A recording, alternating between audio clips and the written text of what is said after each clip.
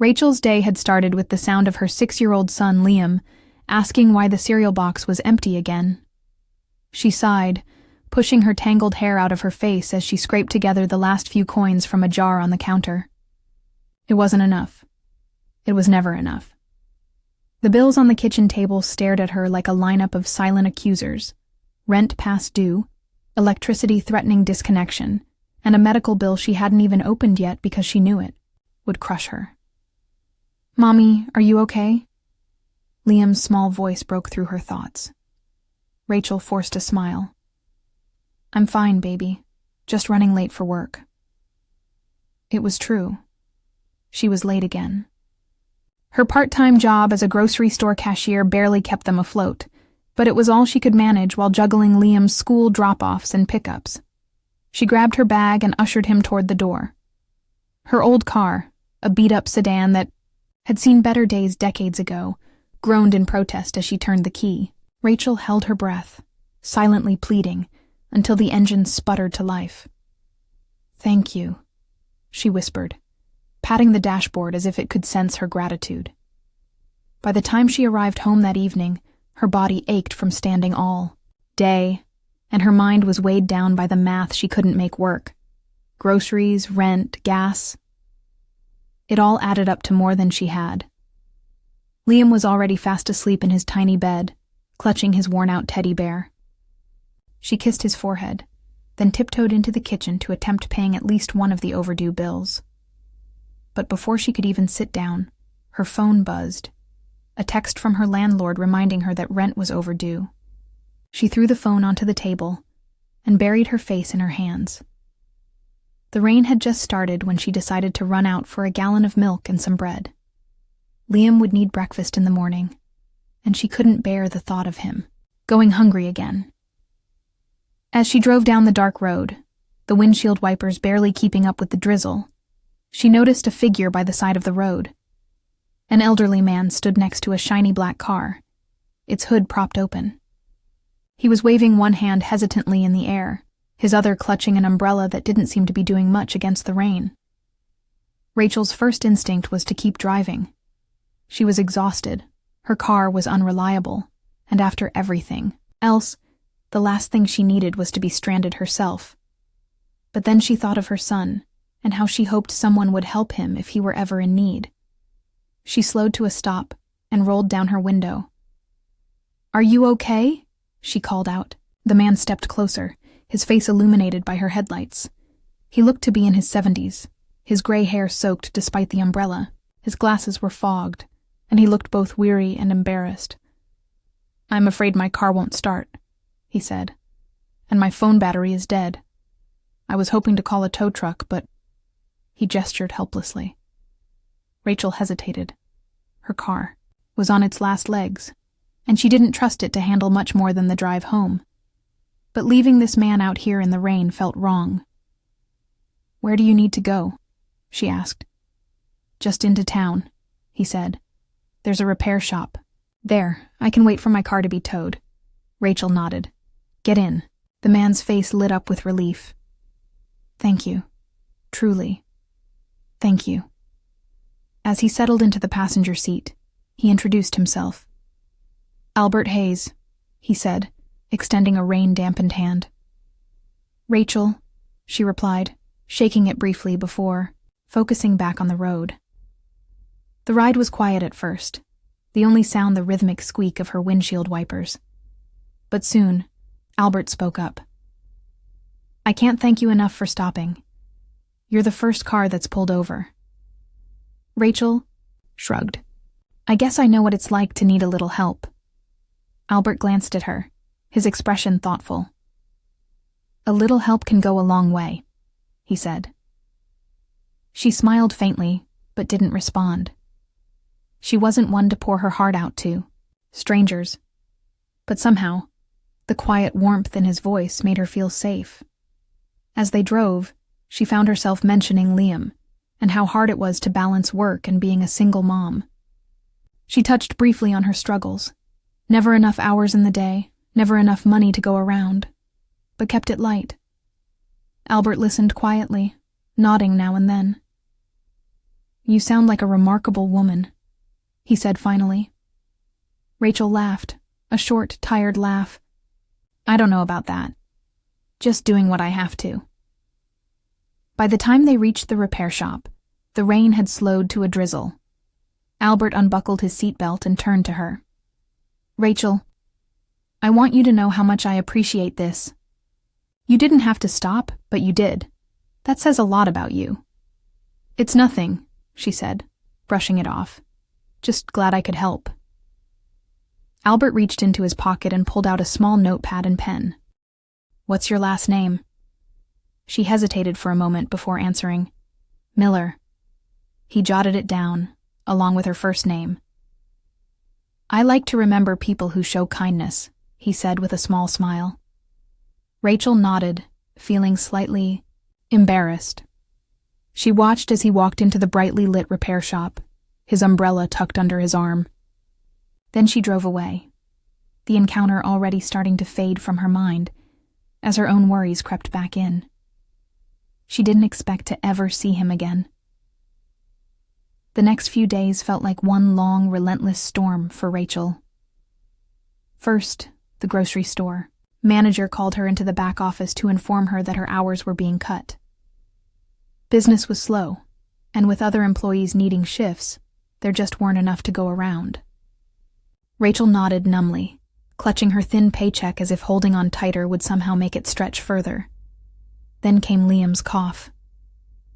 At first it was just a light tickle in his throat, but by the second night, he was burning up with a fever.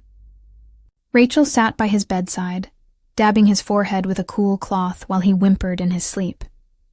The next morning, she had no choice but to take him to the clinic. It turned out to be strep throat, and the antibiotics cost more than she cared to admit. She swiped her nearly maxed-out credit card and tried not to think about the mounting debt. She began skipping meals to make sure Liam would have enough to eat.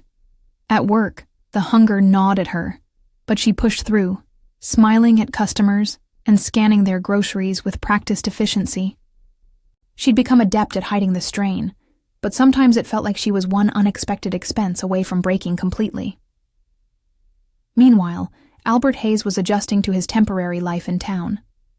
His car was still in the repair shop, and, though the mechanics assured him it would be ready soon, he wasn't in a hurry.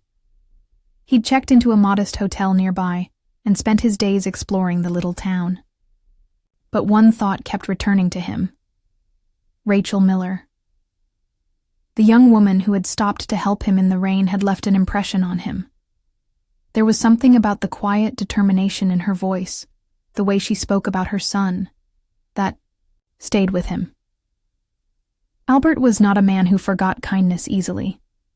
He found himself wanting to know more about her, to understand the struggles she hinted at during their brief ride together.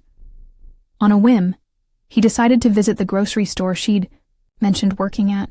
He wanted to see her again, but he wasn't sure how to approach her without it seeming strange. Dressed in a crisp suit, his usual attire, though he'd been more casual on the night she helped him, Albert walked into the store the next afternoon. He grabbed a basket, pretending to browse the shelves, though his eyes were scanning for Rachel. When he finally spotted her, she was at one of the registers, her dark hair pulled back into a messy ponytail, her face pale and drawn. She didn't notice him at first, her focus entirely on her work. Albert picked up a few items: a loaf of bread, a carton of eggs, a box of tea, and got in her line. As he waited, he couldn't help but notice how polite she was to every customer, even the ones who barely acknowledged her. She smiled, said thank you, and wished them a good day, though the effort seemed to weigh on her. Then her phone buzzed in her pocket. She glanced around quickly, saw that her line was empty for the moment, and answered it. "Hello?" she said softly, her voice laced with anxiety. Albert pretended to browse a display of gum nearby, not meaning to eavesdrop, but unable to avoid overhearing. "I know, Mr. Dillard," she said, her tone apologetic. "I promise I'll have the rent soon. It's just been a tough month, but I'm working on it." Please, just give me a little more time. She hung up, her hand trembling, as she slipped the phone back into her pocket. Albert's chest tightened. He'd suspected she was struggling, but hearing it confirmed made him feel an even greater sense of urgency to do something. When it was his turn at the register, Rachel greeted him with the same polite smile she gave every customer. Her eyes flicked over his suit and neat appearance, not recognizing him at first. "Good afternoon. Did you find everything you needed today?" Albert smiled warmly. "I did, thank you.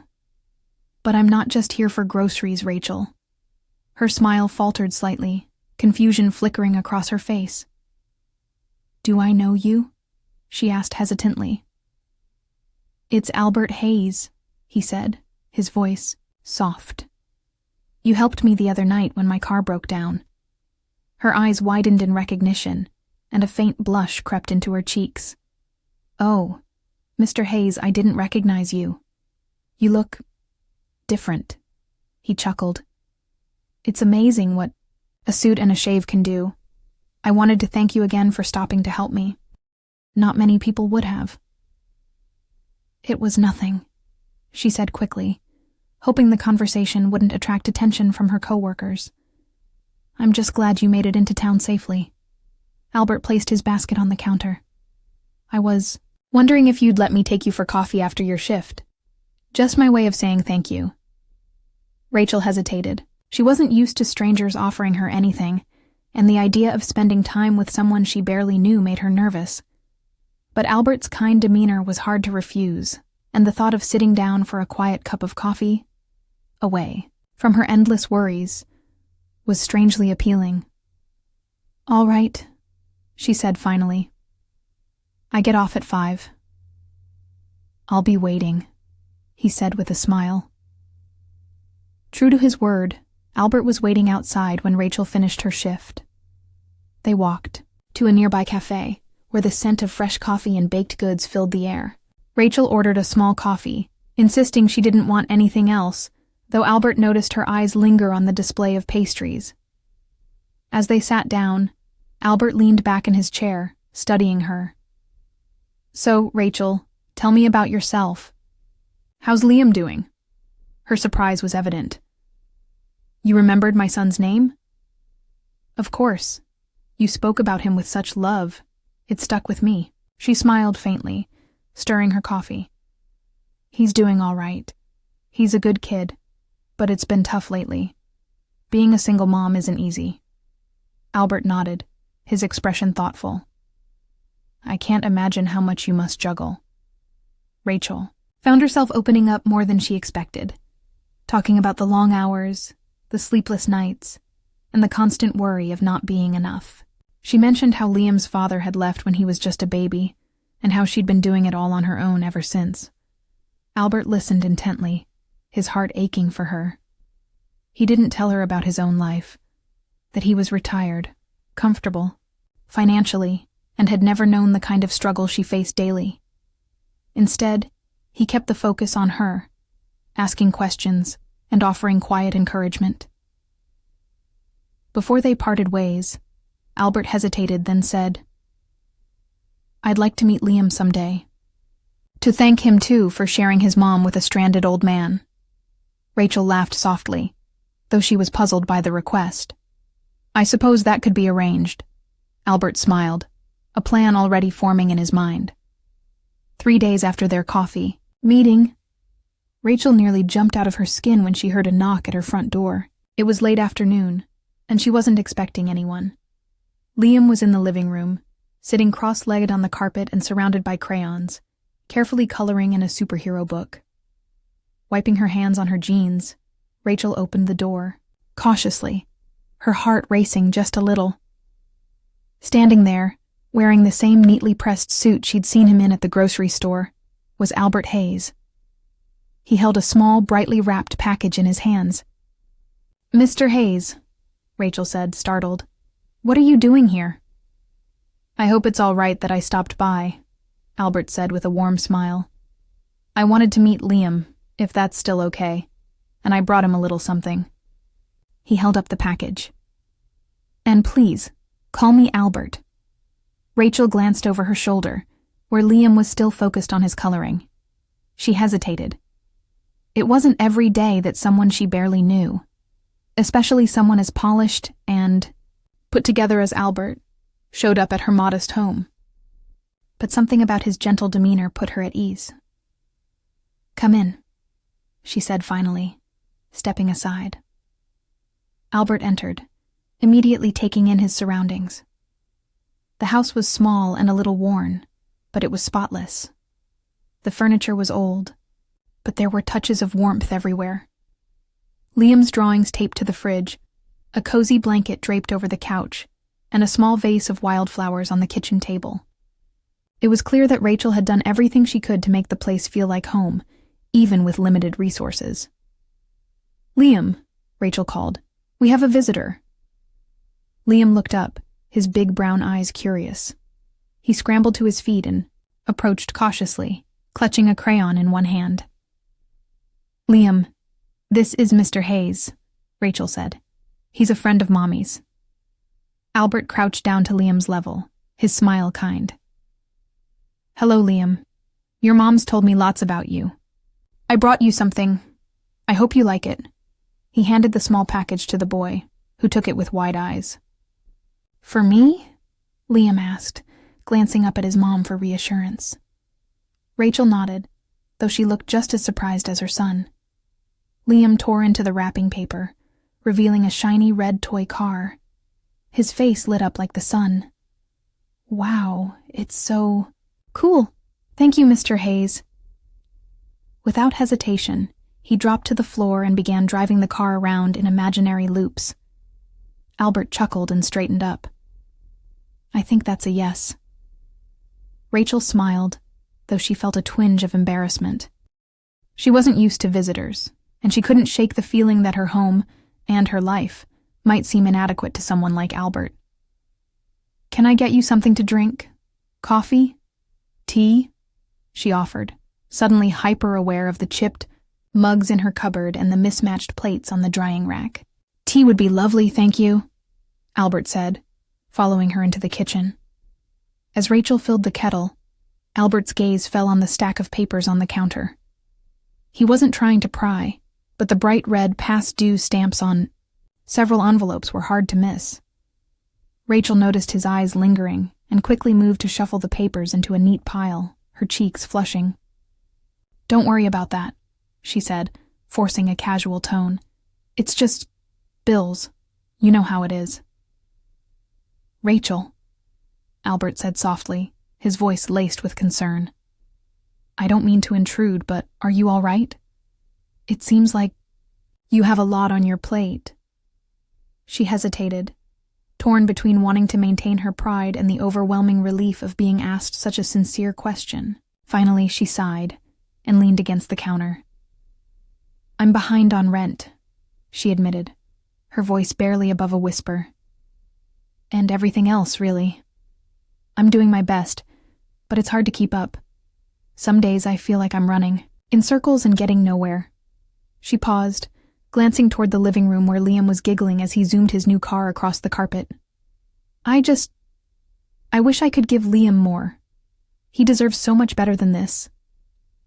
Albert's heart ached at her words. He admired her honesty, her resilience, and her fierce love for her son. Taking a deep breath, he decided it was time to tell her the truth. "Rachel," he began, "there's something I haven't told you about myself. I'm not just an old man who happens to like tea and toy cars. Before I retired, I ran a company in the automotive industry. It did quite well, and I was fortunate enough to build a comfortable life for myself. A very comfortable life." Rachel blinked, unsure if she'd heard him correctly. "You... what?" "I'm a millionaire," Albert said plainly. He didn't say it with arrogance, only matter-of-factly. "I've been incredibly blessed, and I know not everyone gets the same opportunities I did. That's why I try to help when I can. And you, Rachel, have reminded me of why it's so important to pay it forward. Your kindness, your strength. It's remarkable." Rachel stared at him, her mouth slightly open. She didn't know what to say. Albert reached into the inner pocket of his suit jacket and pulled out an envelope. He placed it gently on the counter in front of her. "This is for you," he said. Rachel opened the envelope with trembling hands. Inside was a check for $10,000. I can't," she stammered, her voice breaking. "This is too much. I can't accept this." "Yes, you can," Albert said firmly but kindly. "It's not charity, Rachel. It's a reward. When no one else stopped to help me that night, you did. You didn't know who I was, and you didn't expect anything in return. That kind of generosity is rare, and it deserves to be recognized. This is my way of saying thank you." Tears welled up in Rachel's eyes. "I don't know how to thank you. It will change everything for us." Albert smiled. "That's all the thanks I need." Before he left, Albert made her one more promise. "I have some contacts in this town," he said. "Let me make a few calls. I'm confident we can find you a better job, something that will give you and Liam the stability you deserve." Rachel could only nod, her heart too full to speak. As Albert walked out the door, she felt like the weight of the world had just been lifted off her shoulders. For the first time in a long time, she allowed herself to hope. The days that followed Albert Hayes' visit felt surreal to Rachel. After he left, she sat at the kitchen table, staring at the check for $10,000, as if it might vanish if she looked away.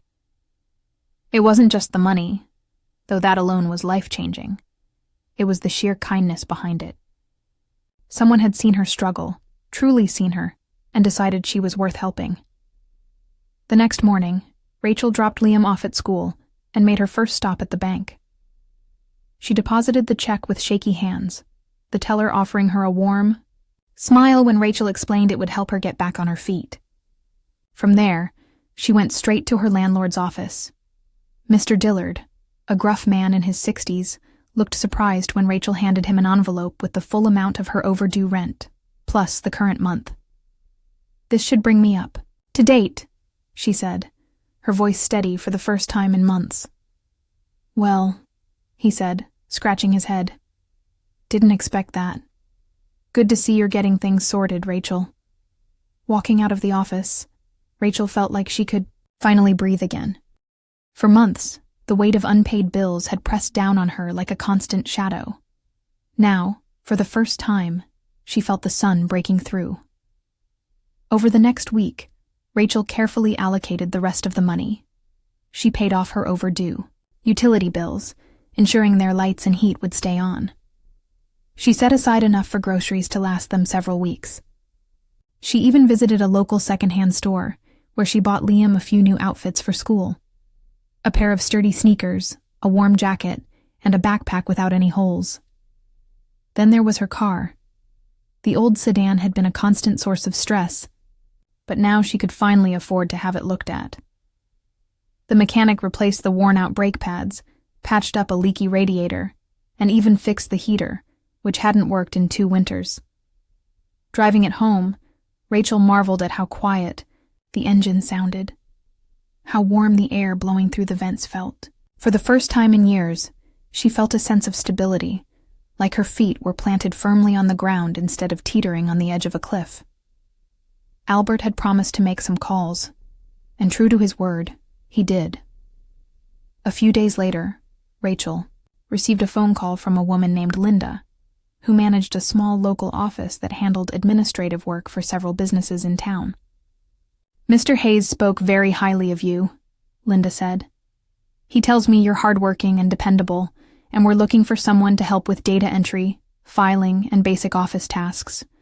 It's full-time, Monday through Friday, and the starting pay is $18 an hour.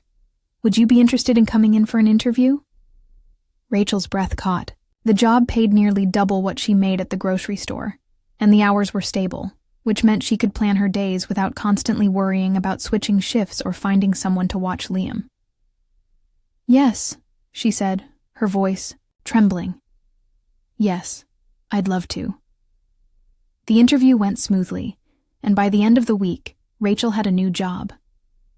On her first day, she wore a blouse and slacks she'd picked up at the thrift store, her hair brushed neatly, her nerves fluttering. As she walked into the bright office, Linda greeted her warmly, and her co-workers were friendly and welcoming. That evening, as she sat at the kitchen table helping Liam with his homework, she felt a sense of pride she hadn't felt in years. She was building a better life for her son, one step at a time. Albert didn't disappear from her life after that. They stayed in touch, meeting for coffee once a week. He became something of a mentor to Rachel, offering advice on budgeting, saving, and even planning for the future. His wisdom was invaluable, but more than that, his belief in her gave her the confidence to believe in herself. "Grandpa Albert," Liam shouted one Saturday morning when Albert arrived for a visit. The nickname had started as a joke, but it stuck, and Albert didn't seem to mind.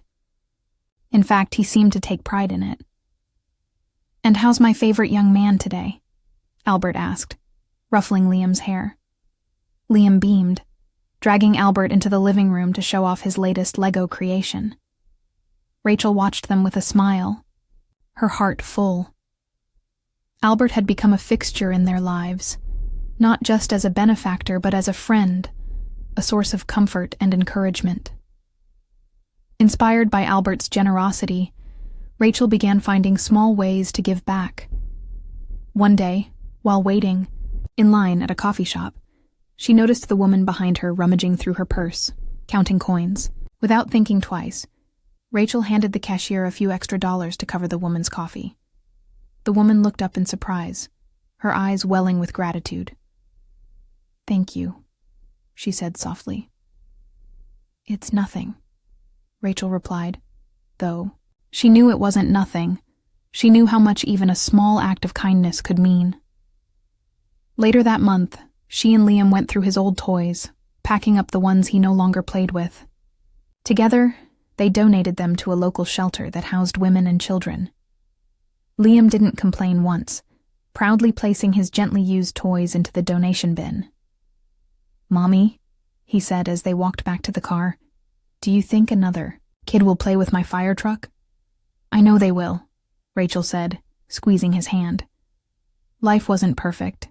There were still challenges, still moments when Rachel worried about the future. But now, she faced those moments with hope instead of despair. She'd learned that kindness had a way of multiplying, of spreading out like ripples in a pond. And it all started with one rainy night, one act of compassion that had changed everything. Months passed, and Rachel's life was no longer defined by constant worry and exhaustion. The job Albert had helped her secure had turned out to be more than just a steady paycheck. For the first time, Rachel felt valued in her work. Linda, her supervisor, often praised her attention to detail and dependability, and Rachel had even been asked to help train a new hire. Small milestones, like receiving her first full paycheck or learning a new software program, filled her with pride and a growing sense of confidence. Liam thrived alongside her. With a regular schedule and a more balanced life at home, Rachel had the energy to be more present for him. His strep throat was long behind them, and he'd returned to his usual energetic self, bounding through the house with toy cars and Legos. He'd even made a best friend at school, a boy named Ethan, who started coming over for playdates on weekends. Their little home was now filled with laughter, the sound of tiny feet running down the hallway, and the occasional crash of a toppled pillow fort. Rachel had started saving too, something she hadn't been able to do in years. She opened a small savings account for emergencies, and even began setting aside a little each month for the future. The idea of going back to school to finish her degree, something she'd once thought impossible, began to feel like a real possibility. She researched local community colleges and online programs, imagining the day she'd walk across a stage to receive her diploma, Liam cheering her on from the audience. Albert Hayes had become a constant in their lives, his role evolving from benefactor to family. True to his word, he stayed in town, extending his hotel stay longer than Rachel had anticipated. He attended Liam's first-grade art show, clapping with pride as Liam proudly displayed his watercolor of a red car. And homage, he said, to the toy Albert had given him. Albert joined them for dinner often, bringing a pie or a loaf of fresh bread from the bakery down the street. He even taught Liam how to play chess, though the boy's strategy mostly involved making his pieces battle each other. One sunny Saturday morning, Albert arrived at their house with a wide grin and a spring in his step. Rachel opened the door, wiping her hands on a dish towel. "You're in a good mood today," she observed with a smile. "I've made a decision," Albert said, stepping inside.